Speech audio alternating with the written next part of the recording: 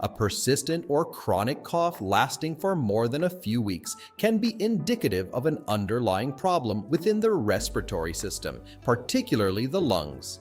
This prolonged cough may be a signal of various conditions, including infections or inflammation affecting the lung tissues.